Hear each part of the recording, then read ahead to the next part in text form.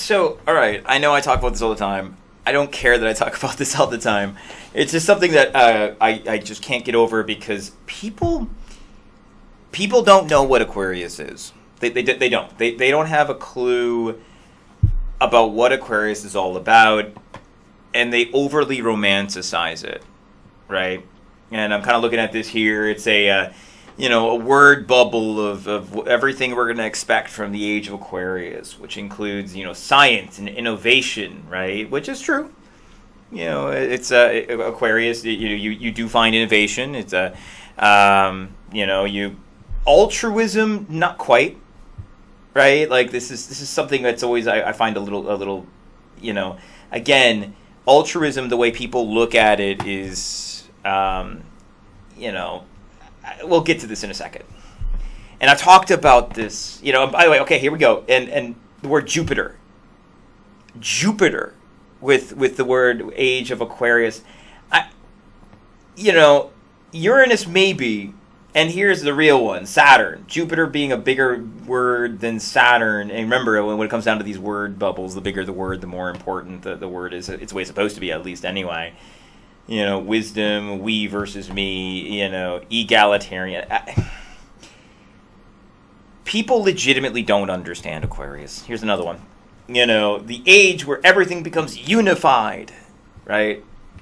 In the new age, we break free of centuries of false doctrines, destructive indoctrinations, absurd ideas, and children's stories about God, education, medicine, and love. The corrupt foundations of false society crumble. Some of these are true. We are exiting the age of Pisces, which was all about not so much God, but the truth beyond the veil. It's why we were super obsessed with finding out who God was, and it's also the reason why the age of Pisces had, the advents of heretical knowledge like Gnosticism that questioned the truth beyond the veil itself, right? Like Gnosticism basically sat back and said, this is the Matrix, we need to get out of the Matrix. In order to get out of the Matrix, you have to destroy the system, so to speak. So again, there's some truth here, but again, there's across the board, people are putting a positive spin to Aquarius that is just not really there. Not really. And that is because of this guy. The guy that we all know about. This planet here. This one right here. This guy right here. Saturn, who is the true ruler of Aquarius. And I know people like to do Uranus because Uranus has a lot to do with Saturn. Uranus is, sort of that. It's the planet that's sitting on the side of its head, on the side of its axis. It's an odd axis, has an odd elliptic, something like that. And he's surprising and brings change for the sake of change. And this is all true. And Uranus has an electric quality that we like to associate with the air signs, and Aquarius is an air sign.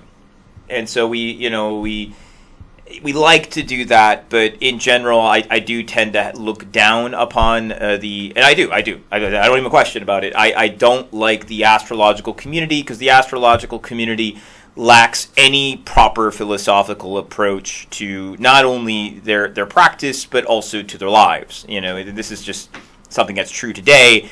We tend to view philosophy as mental masturbation. It doesn't mean anything, and it serves only the purpose to make you happy. And the problem is when you start living life by whatever makes you happy, you start to live life fairly aimlessly and chaotically, and whenever you live something chaotically, it usually goes downward. Now, again, that's also probably in line with the spirit of the age because Saturn is also known as a god of chaos. It's neither here nor there. So, what exactly is happening, that we're kind of, whitewashing Saturn a bit here, right? Like and his age, Aquarius. And part of it might just very well be that maybe, just maybe, intrinsically, we still have the jubilant and how do I put it? positive outlook of the age of Pisces. Even though Pisces is a sign of loss, and even though it's a sign of it's the feminine side of Jupiter, it's still a Jupiter age where the best is yet to come, right? The entire age was surrounded by the concept of redemption through Christ, right? That through Christ we will be redeemed, and we will be able to be enter into blissful peace or what have you. There was a bright side to everything in the age of Pisces. Despite whether or not it was really a bright side, because of all of the negative aspects of Pisces. No, I always try to warn people when it comes down to the age of Aquarius, and Aquarius is a sign. You have to look at it first and foremost. It is a Saturn-ruled sign. Because it's Saturn-ruled, it is malefic. Okay, Saturn is a malefic. He's the god of time. He's the judge. Right? He exists to determine whether or not the law has been fulfilled. And if the law has been fulfilled, it will administer rewards and punishments based on the law. Okay? This is also the reason why, Saturn, being a malefic, doesn't really give you anything. He allows it to happen. Okay? I tend to think, and I've talked about this before when I talk about Saturn incorporations, that Saturn, very typically, whenever you enter into a realm that is Saturn ruled, there's an expectation, right? There's an expectation that you entered into this realm. We'll just call it the realm of Aquarius. Aquarius is opposite Leo. Leo is well known. I haven't talked about it much on this channel, but Leo is ruled by the sun. Leo is the part where the ego is developed. And we all know Leos. Leo is one of the most well-known, well-talked about, signs in the zodiac. If you don't know what a Virgo is, you don't know what a Libra is, you really know what a Leo is. It's the lion, right?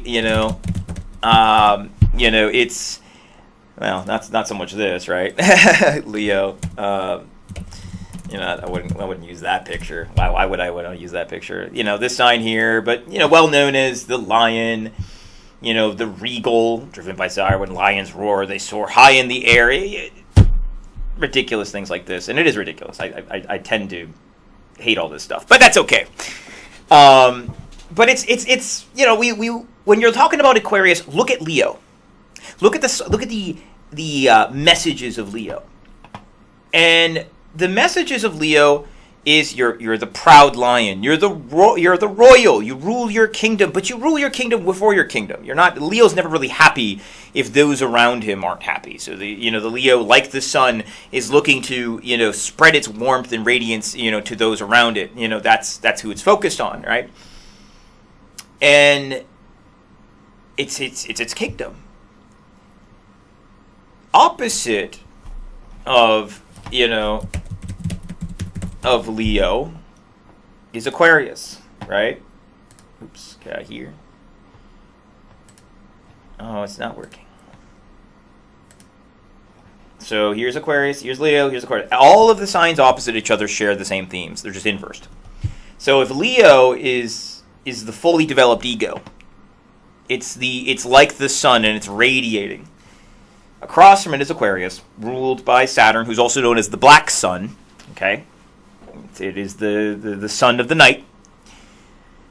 And that the ego comes into play again.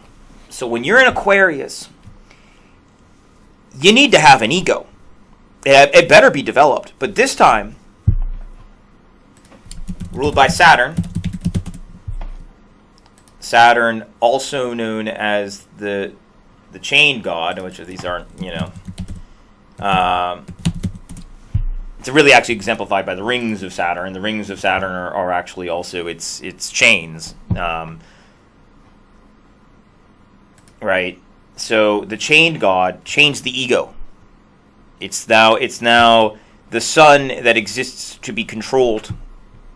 And when it gives off its energy, it gives off its energy for a specific purpose. It's the reason why when you talk about the Aquarius and the 11th sign, you also talk about corporations. People like to say corporations and the people in them, but corporations as an entity are still within, in this sign here. So, by the way, it's the reason why, like, the evil corporation, motif of the 1980s just was coming out everywhere. It's a very Aquarian concept, that we're not going to be ruled by governments found in Capricorn, that instead we're going to be ruled by, the next thing that Aquarius represents, which is corporations. And that's not untrue. In fact, it's so funny. I had an interview, and this was with a big organization, very high up. And when I saw this guy, he's bald head, wearing a little bit of a oversized dress shirt, got right to the point. Didn't talk about the positives on the resume. He first asked, "What can I do for you? What kind of clientele are you bringing?" And then when he was like, "Okay, well, that's not quite the clientele I want," the next thing he looked at was, "Well, what did you do here?"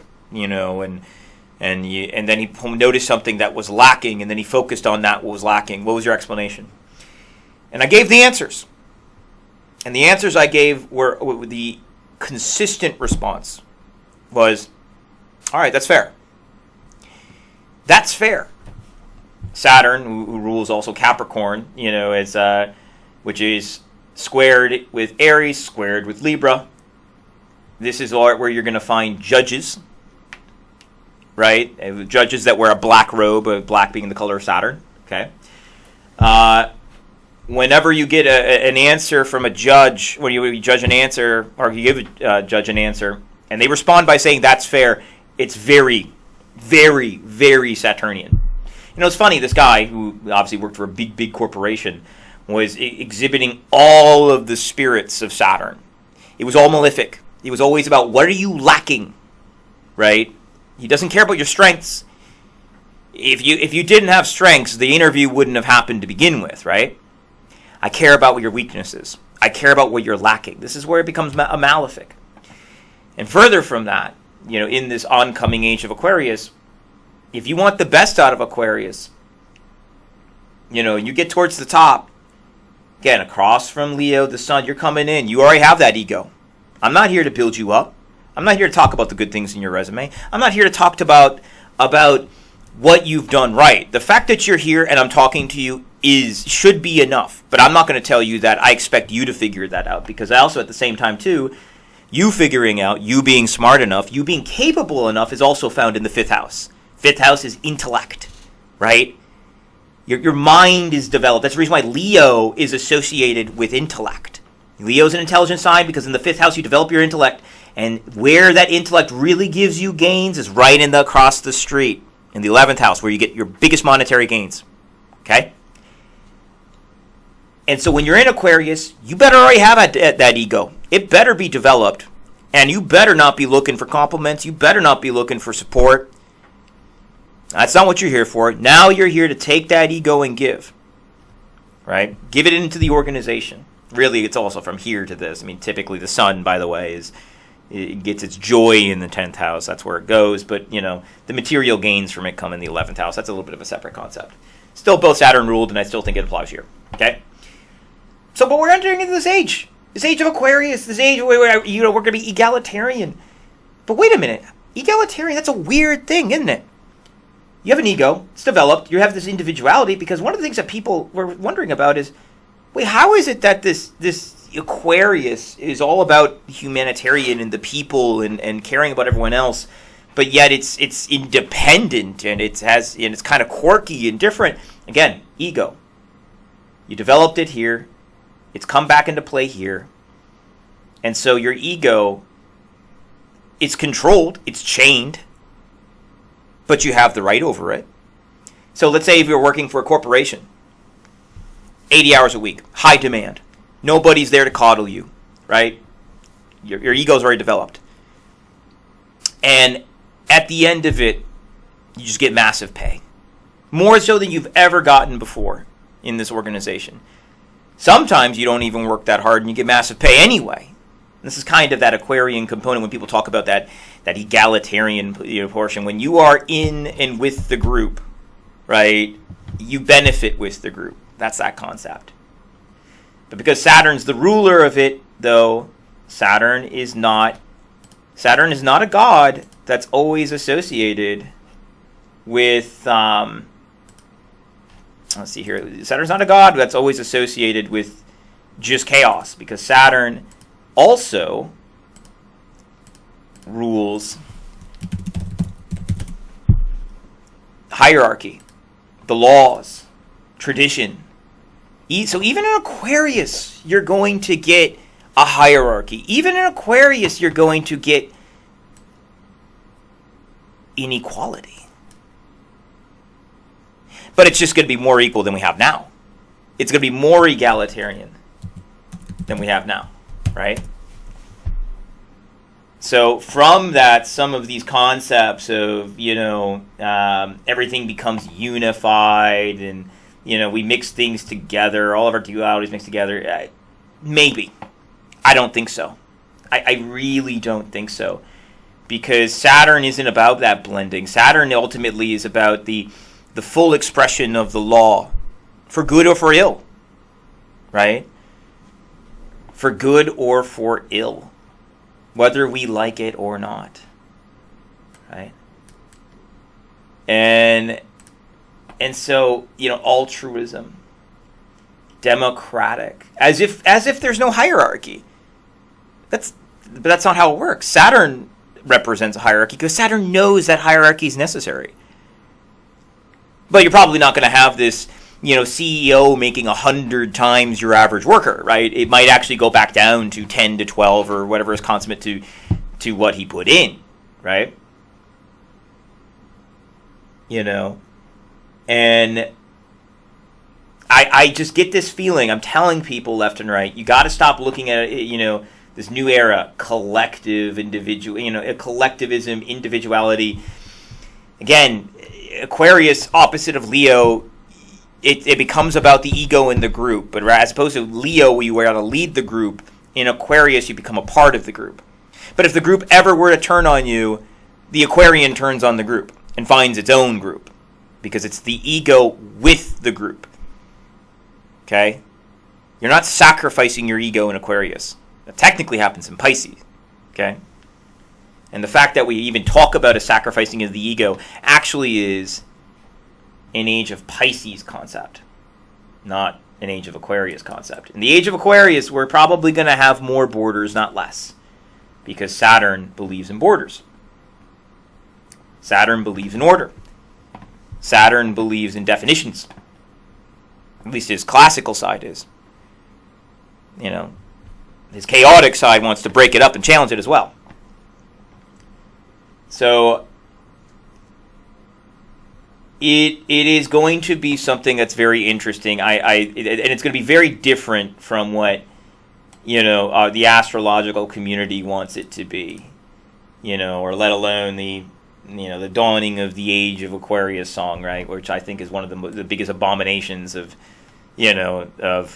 recent history when it comes down to astrology and pop culture, because it's just wrong. It is flat out just wrong. It's been wrong. It should be considered wrong.